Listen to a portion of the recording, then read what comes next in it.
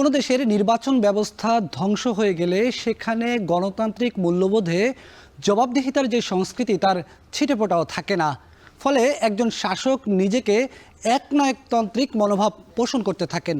সেখান থেকে তৈরি হয় কর্তৃত্ববাদ, আর কর্তৃত্ববাদ রূপান্তরিত হতে হতে ফ্যাসিবাদের রূপ নেয়। 2024-এর গণ অভ্যুত্থানের পেছনের যে ইতিহাস, দীর্ঘ সেই ইতিহাসে যে শোষণ, বঞ্চনা এবং নিপীড়নের ইতিহাস রয়েছে, সেখানে দীর্ঘদিন ধরে মানুষকে ভোটাধিকার থেকে বঞ্চিত রাখা উল্লেখযোগ্য একটি অংশ। বিশেষ করে 2014 সালের একতরফা নির্বাচন, 2018 সালের রাতের ভোট এবং 2024 সালের ডামি নির্বাচন। বিগত এই তিনটি নির্বাচনে যারা অনিয়মের সঙ্গে জড়িত ছিলেন, আলোচনা উঠেছে তাদেরকে বিচারের আওতায় আনতে হবে। কিন্তু কোন প্রক্রিয়ায় তাদেরকে বিচারের আওতায় আনবে এবং সেই অনিয়মগুলোকে কিভাবে চিহ্নিত করা হবে, আলোচনা করব আজকের পর্বে সেই প্রসঙ্গে। স্বাগত জানাচ্ছি নির্বাচন নিয়ে এখন টেলিভিশনের বিশেষ আয়োজন ভোটের ট্রেনে। পুরো এই পর্বে আপনাদের সঙ্গে আছি আমি বেলায়েত হোসাইন। শুরুতেই দেখে নিতে চাই আজকের রাজনৈতিক মাঠ থেকে নির্বাচন নিয়ে কি কি বক্তব্য এসেছে। আজকে দেশ রূপান্তরের একটি শিরোনাম আমরা দেখেছি, সেখানে বলা হয়েছে নির্বাচনের রোডম্যাপ আদায়ে কৌশল চূড়ান্ত হবে লন্ডনে। অর্থাৎ তারেক রহমানের সঙ্গে, খবরটিতে বলা হয়েছে তারেক রহমানের সঙ্গে মির্জা ফখরুল গিয়ে 1-to-1 বৈঠক করে অন্তর্বর্তী সরকার থেকে তারা কিভাবে নির্বাচনের রোডম্যাপ আদায় করবে সেখান থেকে সেই কৌশল নির্ধারণ করা হবে। একই সঙ্গে মুক্তিযুদ্ধ বিষয়ক উপদেষ্টা তৌফিক আজম বলেছেন সব কমিশনগুলোর সংস্কার প্রতিবেদন জমা দিলে রাজনৈতিক দলগুলোর সঙ্গে আলোচনা করেই নির্বাচনের দিকে এগিয়ে যাবে সরকার। গণ অধিকার পরিষদের সভাপতি নুরুল হক নূর বলেছেন যারা দ্রুত নির্বাচন চায় যাতে তড়িঘড়ি করে ক্ষমতায় বসে আবারও তারা ফ্যাসিবাদ কায়েম করতে পারে। তিনি বলেছেন যে আগে সংস্কার তারপর নির্বাচন। ডেইলি স্টারের সম্পাদক মাহফুজ আনাম তিনি নির্বাচন প্রসঙ্গে আজকে একটি সেমিনারে বলেছেন 15 বছরের সাজানো নির্বাচনের সংস্কৃতির কারণেই দেশের অবস্থার অবনতি হয়েছে।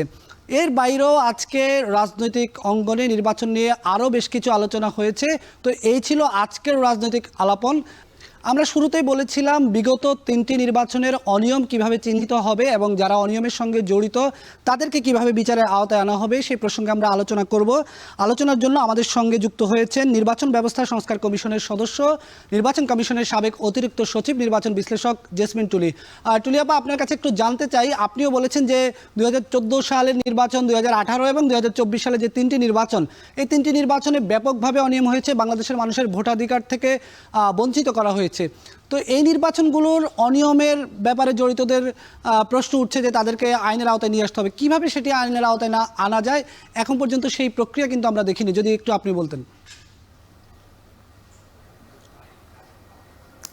আচ্ছা, আসলে নির্বাচনে অনিয়ম তো বিভিন্ন ধাপে হয়, যেমন ইলেকশন কমিশন থেকে শুরু করে রিটার্নিং অফিসার, প্রিজাইডিং অফিসার, বিভিন্ন ধাপে যে ইলেকশন কমিশনের যদি তত্ত্বাবধান ঠিক না থাকে, রিটার্নিং অফিসার যদি তার দায়িত্ব ঠিক মতন পালন না করে, ভোট কেন্দ্রে যদি ভোটটা ঠিক মতন হয়, বিভিন্ন প্রত্যেকটা স্তরে আসলে অনিয়মটা হলে সবাই মিলিতভাবে যখনই হয় তখনই একটা বড় ধরনের অনিয়ম দেখা দেয় ইলেকশনে।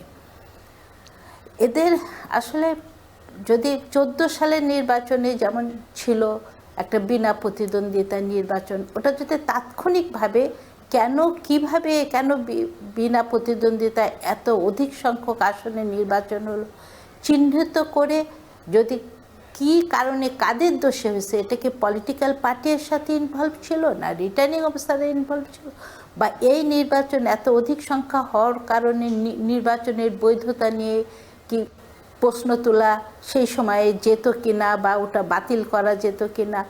তা আজকে এগুলো নতুন করে আবার খতিয়ে আসলে দেখার দরকার যে প্রত্যেকটা ধাপে যে কেন এরকম হলো। তারপরে 2018 সালে যদি আমরা আসি, 18 সালে অনিয়মটা হচ্ছে একদম, এর আগে কোনোদিনই এই ধরনের অনিয়ম দেখা যায়নি দেশের কোনো ইলেকশনে, যেটা বিভিন্ন মিডিয়া এবং বিভিন্ন মানুষের মুখে মুখে কথাটা এসছে যে ভোট দিনে হওয়ার কথা তার আগের দিন রাতেই ভোট হয়ে গেছে।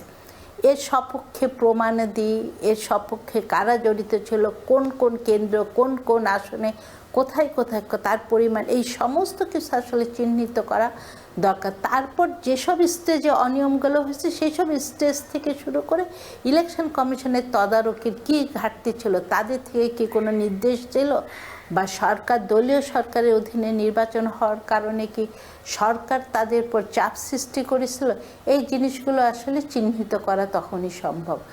আর আমাদের চোখের সামনে 2024 সালের ইলেকশনটা আছে। 24 সালের ইলেকশনটা আসলে কিছুটা ভোটার শূন্যই আমরা দেখেছি, এবং ইলেকশন কমিশন থেকেও বলা হয়েছিল যে 1 ঘন্টা পর পর ইলেকশনের রেজাল্টগুলো দিবে, কিন্তু হঠাৎ করে তার পার্সেন্টেজ অনেক বেড়ে যায়, এবং এটাকে সাজায়ে ইলেকশনটাকে আসলে সাজানো হয়েছিল যে কিছুটা নিজেদের মধ্যে প্রতিদ্বন্দ্বিতা সৃষ্টি করার চেষ্টা করা হয়েছে, নিজেদের দলের লোকই স্বতন্ত্র প্রার্থী হিসাবে হয়েছে, এই ধরনের অনিয়মগুলো চিহ্নিত করে যে রাজনৈতিক দলের গঠনতন্ত্র অনুযায়ী তো এটা হলো অনিয়ম, যে নিজ দলের যদি কেউ স্বতন্ত্র হয় সেক্ষেত্রে তাকে বহিষ্কার করা হয়, কিন্তু এখানে নিজ দল থেকে পারমিট করা হয়েছে যে তারা জানে স্বতন্ত্র হিসাবে দাঁড়ায়। আর 18 সালের নির্বাচনটা যদিও সব রাজনৈতিক দল অংশগ্রহণ করেছিল, কিন্তু সেখানে আসলে সমতল ক্ষেত্র বলে ইলেকশনে একটা কথা আছে যে সবার জন্য সমান প্রচারণার সুযোগ, সব ক্ষেত্রে সমান সুযোগ, এই সুযোগটা তখন কোনো অবস্থাতে নির্বাচন কমিশন সৃষ্টি করতে পারেনি, বা পরিবেশটা যারা সৃষ্টি করার জন্য ছিল, হয়তো সরকার ক্ষমতায় থাকা দলীয় সরকারের অধীনে নির্বাচন হওয়ার কারণে এই পুরো নির্বাচনের যে পরিবেশ তাই আসলে ওখানে ছিল না। আর 14 সালের নির্বাচনটা আসলে একটা বড় রাজনৈতিক দল অংশগ্রহণ করেনি, অংশগ্রহণ না করার ফলে একচেটিয়া নির্বাচন হয়েছে। তাই আসলে এই চিহ্নিত করে কোথায় কার গাফিলতি এবং আইনের কোথায় কি প্রযোজ্য এগুলো দেখে আসলে শাস্তির বিধানটা করা উচিত। সেক্ষেত্রে আপনি নির্বাচন ব্যবস্থা সংস্কার কমিশনের সদস্য হিসাবে কাজ করছেন, বিগত 3টি নির্বাচনের অনিয়ম কতটুকু চিহ্নিত করতে পেরেছে নির্বাচন ব্যবস্থা সংস্কার কমিশন, সেই প্রশ্ন আপনার কাছে রাখবো এবং কথা বলবো আপনার সঙ্গে সেই প্রসঙ্গে। তবে তার আগে নিচ্ছি ছোট্ট একটি বিরতির আগে আমরা কথা বলছিলাম বিগত 3টি নির্বাচনের অনিয়ম কিভাবে চিহ্নিত করা হবে এবং অনিয়মের সঙ্গে যারা জড়িত তাদেরকে কিভাবে বিচারের আওতায় আনা হবে। আমাদের সঙ্গে যুক্ত আছেন নির্বাচন ব্যবস্থা সংস্কার কমিশনের সদস্য এবং নির্বাচন কমিশনের সাবেক অতিরিক্ত সচিব জেসমিন টুলি। টুলি আপা, আপনার কাছে যে প্রশ্নটা রেখে গিয়েছিলাম বিরতির আগে, যে আপনারা তো আজকে 2 মাসের উপর নির্বাচন সংস্কার কমিশন কাজ করছেন, সেক্ষেত্রে বিগত 3টি নির্বাচনের কি অনিয়ম আপনারা এখন পর্যন্ত চিহ্নিত করতে পেরেছেন এবং সেই অনিয়মগুলোর প্রেক্ষিতে আপনারা কি ধরনের শাস্তিমূলক ব্যবস্থা বা কি ধরনের বিচারের জন্য আপনারা সুপারিশ করবেন?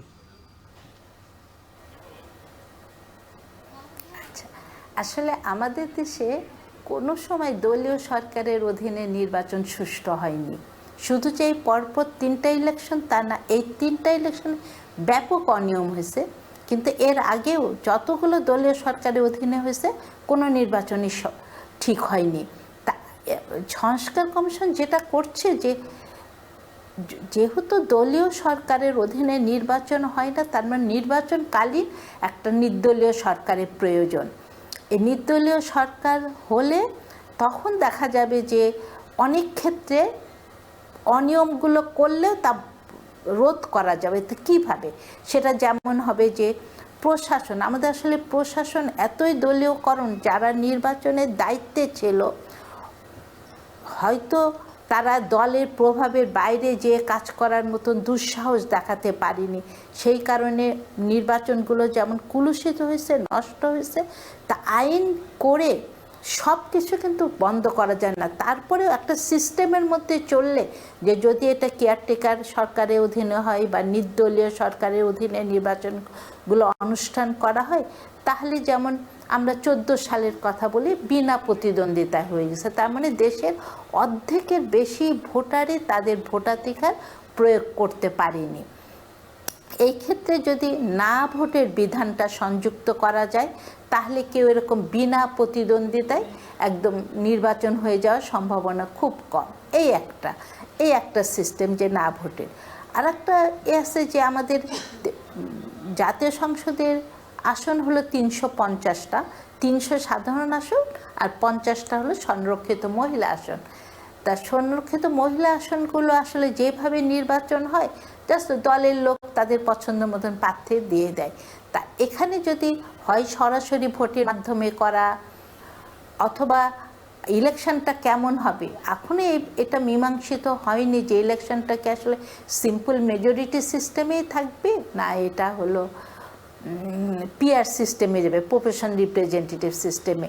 এমন হতে পারে যে না, আমরা যেটা করছি যে সিম্পল মেজরিটি সিস্টেমে 300 আসন নির্বাচিত হয়ে গেল, কিন্তু ওই দল যে দল কত সংখ্যক ভোট পেল সেই ভোটের ভিত্তি করে আবার যেটা মহিলাদের জন্য পিআর সিস্টেম করা যেতে পারে, অথবা মহিলাদের ওই 50টা আসন সহ ডাইরেক্ট ভোটিংয়ে দেওয়া যায়। এই জায়গাটা আপনার কাছে আমার যে প্রশ্নটা ছিল, আপনার কাছে আমার যে প্রশ্নটা ছিল, বিগত 3টি নির্বাচনে যেই পরিমাণ অনিয়ম হয়েছে সেই অনিয়মগুলো আপনারা নির্বাচন ব্যবস্থা সংস্কার কমিশন থেকে চিহ্নিত করতে পেরেছেন কিনা, এবং কারা কারা সেই অনিয়মের সঙ্গে জড়িত তাদেরকে আপনারা চিহ্নিত করতে পেরেছেন কিনা, এবং তাদেরকে কি ধরনের আইনের আওতায় আনা যায়, যদি একটু সংক্ষিপ্তভাবে বলতেন।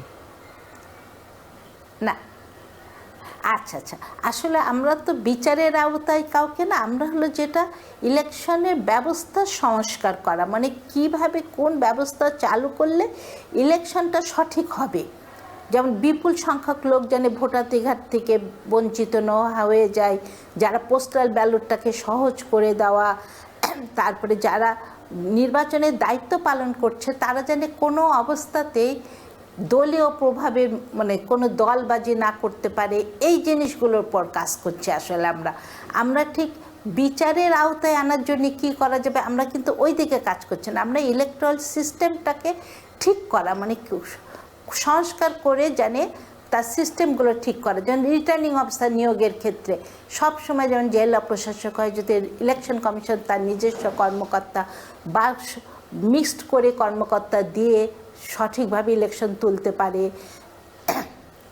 তারপরে আছে যে অপরাধগুলো হয়, যে সমস্ত অপরাধগুলো বিভিন্ন লেভেলে হয়, যেমন কর্মকর্তা লেভেলে হয়, ইলেকশন কমিশনের ভিতরে যারা থাকে সে লেভেলে হয়, অথবা প্রার্থী হয়, ব্যক্তি করে, রাজনৈতিক দল করে, অপরাধগুলো চিহ্নিত করে তাৎক্ষণিকভাবে তাদের জানে সাজার আওতায় আনা যায়। তাদের তাৎক্ষণিকভাবে যদি সাজা দেওয়া যায় তাহলে এর প্রবণতা কমে যেতে পারে। এরকমভাবে এইসব জায়গাগুলো আসলে আমরা কাজ করছি। ধন্যবাদ আপনাকে আমাদের সঙ্গে যুক্ত থাকার জন্য। আমাদের সঙ্গে এতক্ষণ যুক্ত ছিলেন নির্বাচন ব্যবস্থা সংস্কার কমিশনের সদস্য জেসমিন টুলি, যিনি নির্বাচন কমিশনের অতিরিক্ত সচিব হিসেবেও দায়িত্ব পালন করেছেন, একই সঙ্গে নির্বাচন বিশ্লেষক হিসেবে দেশ জুড়ে তার পরিচিত রয়েছে। তিনি বলছিলেন যে নির্বাচন সংস্কারের ক্ষেত্রে অনিয়মগুলোকে কিভাবে চিহ্নিত করা হবে, কিভাবে তাৎক্ষণিক নির্বাচনী অপরাধের জন্য বিচারের আওতায় আনা হবে। প্রতিদিন ভোটের ট্রেনে আমরা একটি সংসদীয় আসনের পরিক্রমা সম্পর্কে আপনাদের জানাতে চেষ্টা করি। আজকে সেই ধারাবাহিকতায় আমরা কথা বলবো দিনাজপুর 3 আসন সম্পর্কে। দিনাজপুর 3 আসনটি জাতীয় সংসদের 8 নম্বর আসন। এই আসন নিয়ে আমরা কথা বলবো। দিনাজপুর সদর উপজেলা নিয়ে গঠিত দিনাজপুর 3 আসন, জাতীয় সংসদের 8 নম্বর আসন এটি। আমরা প্রতিদিনের ধারাবাহিকতায় যে একটি আসন সম্পর্কে আমরা কথা বলি, আজকে আমরা কথা বলবো দিনাজপুর 3 আসন সম্পর্কে। এই আসনটিতে ভোটার সংখ্যা 3,92,875 জন। এর মধ্যে পুরুষ ভোটার 1,94,978 জন এবং নারী ভোটার 1,97,892 জন। আমরা দিনাজপুরের আরও একটি আসন সম্পর্কে আগামীকাল কথা বলবো। আজকে আমরা কথা বললাম দিনাজপুর 3 আসন সম্পর্কে। আমরা প্রতিদিনই চেষ্টা করি ভোটের ট্রেনে যে কোনো একটি আসন নিয়ে কথা বলার জন্য। তো এই ছিল আজকের আয়োজন, সাথে থাকার জন্য ধন্যবাদ।